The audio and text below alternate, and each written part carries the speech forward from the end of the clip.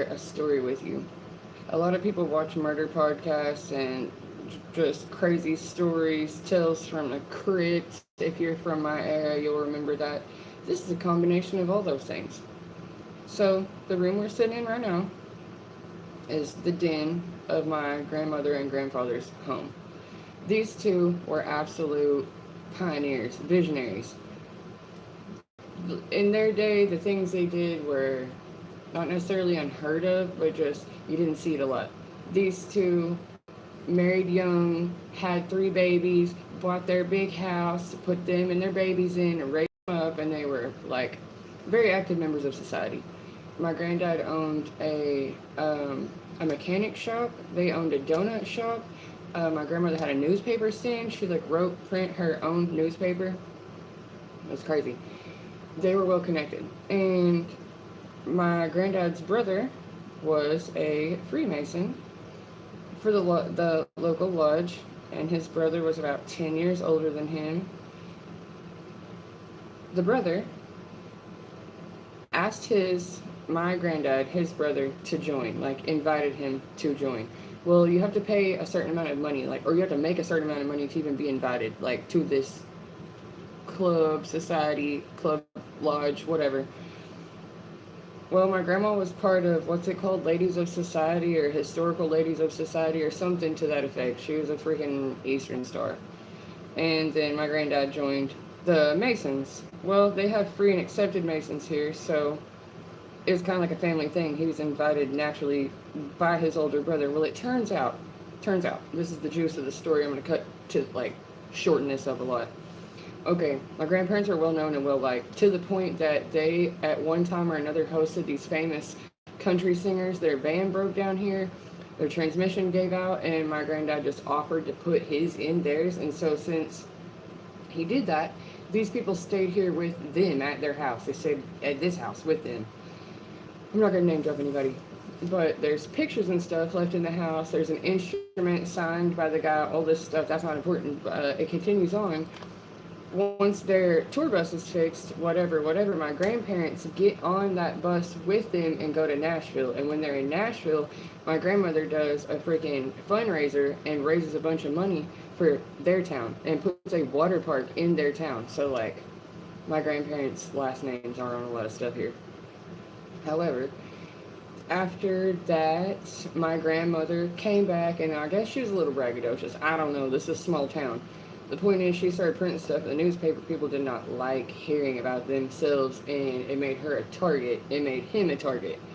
Well, it was like, harump, somebody needs to do something about this. So his own brother, my grandfather's brother, was actually in love with my grandmother, and he set his own brother up for failure. He got my uncle involved in some crap with lodge members where a guy was killed, and my uncle was around, so he was an accessory to it. And since he was an accessory to it, my granddad basically went bankrupt trying to help prove that my uncle was, like, not necessarily innocent, but that he didn't commit the act himself, right? So that's the start of the story. Well, basically, after bankrupting my granddad, it causes my grandparents to separate, and one of their sons is in prison. But obviously, my granddad, like, drops out of the lodge. He's like, to hell with this. However, the guy who got killed was a lodge member, and if a lodge member takes another lodge member out, then it's their bylaws. You know, they'd rather die by the sword than give up the secrets. And so, if one of yours takes out one of theirs, then they have to take out one of yours. So the point of that story is there's been like a 30-year-long blood feud over this house specifically. It's like the only thing that survived all the rest of the shit. Everyone's been fighting over it since. Long story short, basically, my granddad's brother had him killed because he was in love with his brother's wife. So then, after having his brother offed, defamed, bankrupt, divorced, just betrayed on every fucking level, for real, he has the nerve to step in and try to play savior to my grandma. Like, after her husband's dead and her son's in prison and her house is, like, under attack, he comes in as the good guy and is like, oh, I'll help you out of this. And so it was like, in a way, she was indebted to him, but not because she felt indebted to him, but because she felt like he had rescued her from that shit, but that's the shit he put her in. So, my granddad in his infinite wisdom, put the house before when he got divorced, in my mom's name. So even though my grandma always lived in it, it was in my mom's name. This same group drove my mother insane and killed my younger uncle. So basically, what they got for this house was he lost his life, they lost one son to prison, a daughter to the mental institution, and the third son died. So you would think that would be enough. I mean, you would think it's a bloodbath. Why continue it on, right? Well, I don't know if it's a lifelong debt or if it's just the space specifically and they are sore losers and they didn't get the house. That many people sacrifice their life for the same thing. I mean, you're not going to get it. It's paid for in blood. This shit, my ancestors paid for this in blood. I mean, they're not getting it back, right? It's some Cain and Abel shit all day long. Then, because this little chunklet has still been here, it's like the only thing that survived everything, they're still fighting over the property. They never want to have anyone in it, but when no one's in it, there's like thieves, killers, fucking not spies, but I don't know what you would say. Just they clap it out a lot, and then somebody has to come in here like the guns in Navarone and run them out and bring the police in here and bring warrants and shit in here. It's always something like that. Well, I was not raised on this side. I was raised with my own father because of how much was going on here, and it's like they defamed this whole family. They made them all look like and feel like and seem like something that they weren't. And in reality, it's two people who just tried to live upright and they got invited to some shit they knew nothing about, signed up for some shit they could not get out of, and then even with all the casualties, even with all the loss, they never got left alone. It never ended. Like the war was never over. Until finally, I get here, and it's like, I get here because I had to come to take custody of my mom and my uncle. Like, it's that bad. These people are 50 and 60 years old, and they still have to have someone literally be their legal guardian. I'm not the youngest one. I'm my mom's oldest child, but holy shit, when does it end? Like, how long does it take before it wears off or something? So when we talk about generational curses and blood ties and shit like that, okay, something is happening in everyone's family. Like, you look far enough down the line, someone did something somewhere, and it's affected all of us, and we didn't even start the fire. We didn't have anything to do with it. We didn't even exist when this started. And so we're still, like, in the line of fire when our kids get screwed with. When I came here first to take care of the house and I put my kids in this school, holy shit, their last name was enough to put a target on their back. And I didn't realize it's still my own family. It's family against family. It's some real Hatfields and McCoy shit. Hello, friends. But mine's low level. Mine's regular ass country bumpkin people who just happen to have a little bit of money in a small town. That's not the same as having a whole lot of money in a big town, right? But it's important to look into your own history. It's important to look through those pictures and those faces and those names, because you might be solving your own case here. You might be the one piecing it all together that gets your family the justice that they needed, even if it's just clearing the air, even if it's just getting the facts straight. And a lot of the times with those family secrets and other things like that, fact is stranger than fiction. Like, you know, I'm dealing with the fallout of the crazies right now. They're just mad at themselves. They could have been here. It's always been theirs, but they can't handle being here, so they leave it and blame someone else. It makes no sense other than that it's a trigger. I mean, it's a problem. If we leave it like it is, then what will accumulate in it? And everyone has to agree to sell it before that'll happen. And since they want a power trip on each other, they'll never agree to sell it. So, would you get a story time like this? And I'm sure that other people are dealing with something that's been put on their shoulders and they're not even sure why. You keep wondering, how come these people won't go away from me? How come I can't get this storyline to end? It's a never-ending story. Because there's some kind of injustice that is trying to work itself out. A storyline that's always been going on that's trying to come to its natural conclusion. If it's always been happening and it's happening to you now, you're the one who's supposed to put an end to it. You're the author. You're the one that finishes this thing, right? Well, I had a mountain in front of me, and it didn't seem like anything was going to move. It felt like just a house fell on top of me. But I started digging through the facts. I started getting down to the truth of things, and all the people fighting over all this stuff, there's only one name on the deed of this house. There will only be one name on the deed of this house. So no matter how much anyone fights over it, it really is like a spiritual thing. Your spiritual inheritance cannot be taken from you. It's obvious. It's like, from what I'm seeing, it's like watching God at work. I am literally seeing that these people's sacrifice counted, that them losing their lives to it was enough. Death pays all debts. It was like, you're good, man. You can't take any more from these people. Like, you've taken everything. There's nothing else to take. Well, it's not from lack of trying. They definitely were trying to take more. They were trying to take everything that was there, but it got down to where all of us kind of became aware of who the main characters are and who is still vested in causing us these problems. And so instead of blaming each other and the divide and conquer working, it stopped being to where we're looking at each other, blaming each other.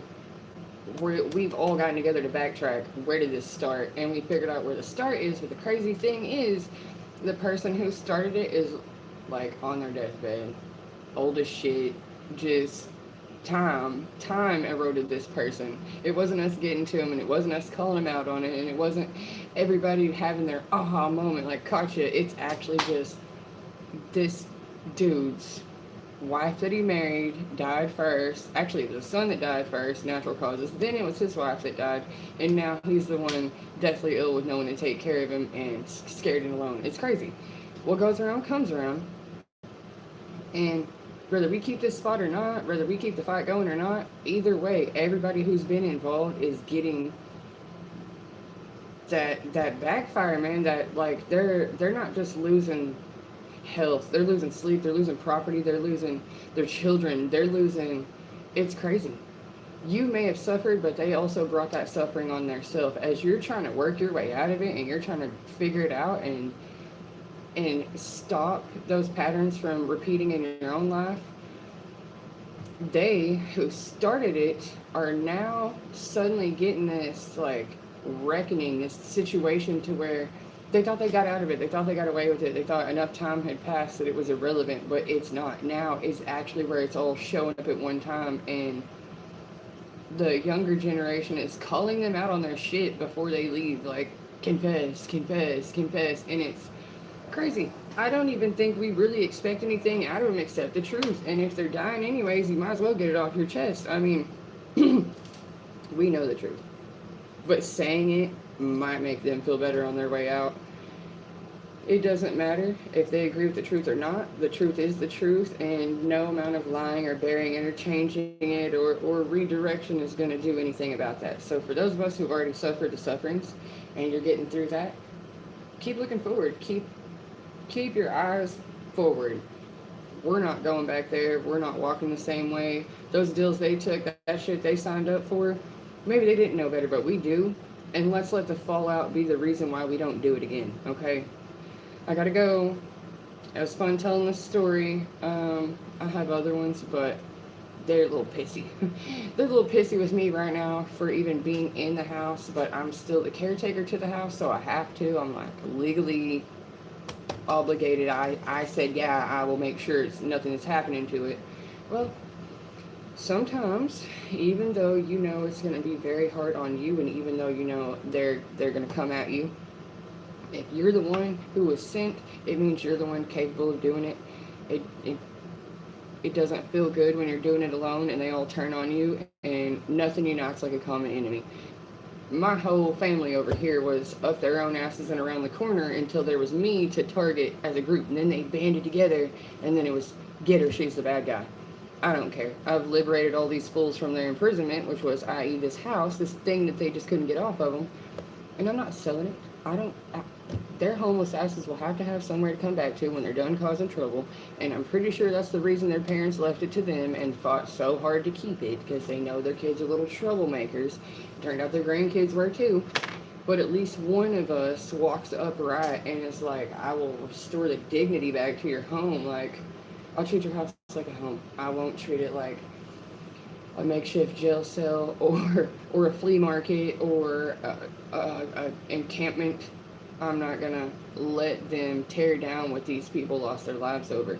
If you've got something like this in your life, don't, not everything is trash, not everything old needs to be recycled. Like, don't let go of the house because they're not making new property. You do what you got to do to defend it and maintain it, but don't sell it on a whim just because you're upset or feeling pressured or guilted into it.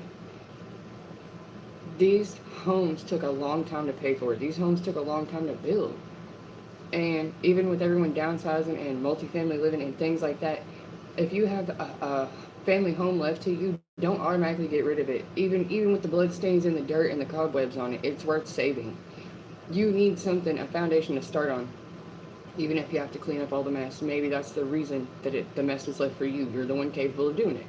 So, roll them sleeves up, get in there, push that rock up that hill, and then at the end, you will know you're the one that worked for it. You're the one that made it possible for the rest of them to not carry that shit around with them anymore. You're the one who got it up off of all y'all. It's harder than regular. It's a lot of unseen shit. It's a lot of subtleties, implied things. What it really is you being conditioned to do what you're told to do. You can't always do what you're told to do because they're telling you that for it to go in their favor. You need to do what's right. Check in your heart space. Give it more time. Don't give automatic answers when you're feeling pinned down. Like, are you going to do this? What have you done? When people are fishing for information and they're trying to force an answer out of you, just say, I'll get back to you. Let me find out. I'll check on it. But don't just automatically tell on yourself. Don't just automatically overshare, is what I mean, to where if you're having to work on something and you know other people are in disagreement with you and they're not wanting you to finish that or do what you're having to do, like I said, don't air the details. Just keep it short and sweet. Keep it down to the facts and then move on. Emotions take up a lot of space, and whenever you start oversharing, they start feeling some kind of way, and then they're projecting that onto you, and it will reshape what you're doing midstream. So I had the rest of the summer to finish this house situation out before it goes back to one of its rightful owners, the one who's on paper. But the one who's on paper needs to make sure they have more backup because they've got that group going against them too, and the person who's on paper is the one who hasn't been able to keep them off of the whole time. So, I'm only one person. They're going to need some extra people that are above my pay grade to help. You guys help me stay sane because I'm not going to participate in their menagerie, and dude, these stories are stupid. I wouldn't write this down. I thought of it. I had thought of it, but like, I'm not going to exploit all of their shit to sell a book. That's just kind of, I couldn't do that. Really, for me, I couldn't do that. But I'm okay with just telling y'all because I'm not going to say their names or their faces or locations or details or any of that shit. I'm just saying, this type of stuff happens to me, happens to you. Just because you don't know about it doesn't mean it didn't happen. Do your research, guys. Look into your own family history.